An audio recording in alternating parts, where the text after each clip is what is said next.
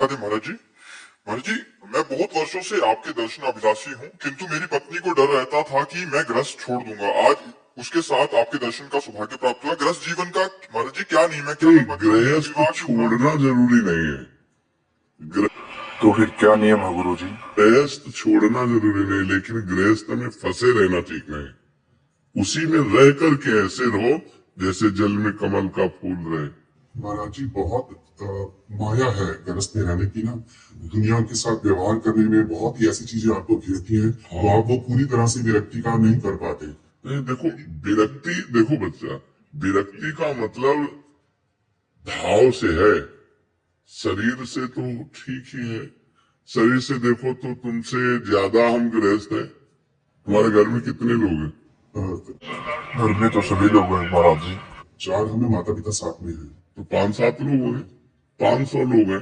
हमारे 500 जवान बच्चे हैं। कितना बड़ा हमारा परिवार है। आप हमारे परिवार के नहीं हो क्या? सोचो, पूरा विश्व पर उदार चरिता नाम वसुधैव कुटुंबकम। हम तुमसे बात कर रहे हैं, कोई पड़ोसी की तरह थोड़ी बात कर रहे हैं। हम बात कर रहे हैं अपनी आत्मा की तरह। आप हमारे हो बस।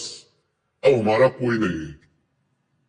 ईमानदारी से पूछो तो हमारा कोई नहीं है और कुछ नहीं है। भगवान के सिवा कुछ नहीं हमारे हृदय में। जी महाराज। वो एक शराब रहने के हम तुम्हें दिखा दे, इतना सब होने पर भी कुछ नहीं है। हम वैसे ही अकिंचन, गरीब, वैसे ही अकेले, केवल एकमात्र भगवान से। वही बात आप गृहस्थी में कर सकते हो। अच्छा, आप कितना मिलते होगे? यहाँ लाखों से मिलना होता है, लाखों से मिलना होता है।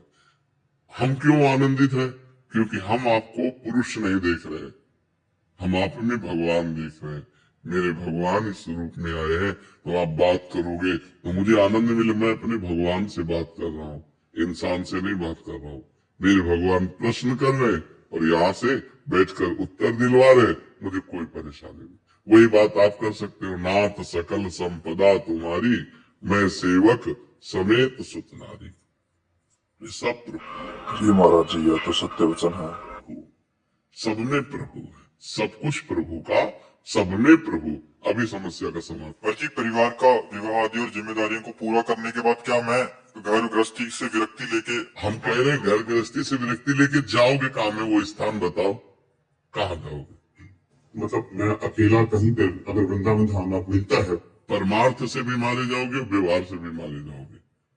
राक्षसी बुद्धि के लोगों की बढ़ोतरी हो गई है। आप सोचो कि अकेले हम भ्रमण कर ले तो मार डालेंगे लोग। अगर गांव के लोग न दौड़ते तो मार डालते उन महात्माओं को।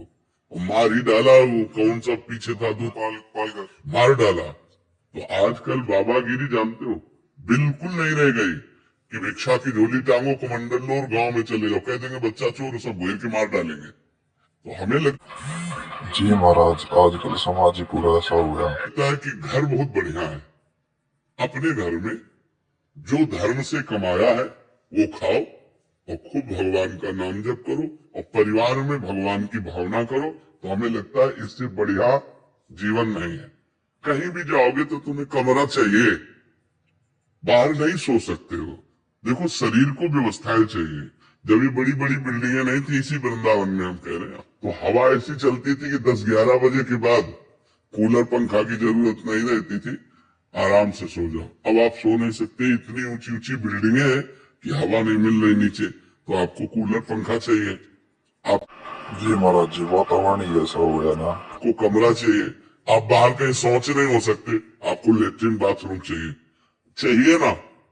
अगर ये तुम्हें बाहर नहीं मिलेगा तो आप नहीं रह सकते। फुटपाथ में आप सो नहीं सकते।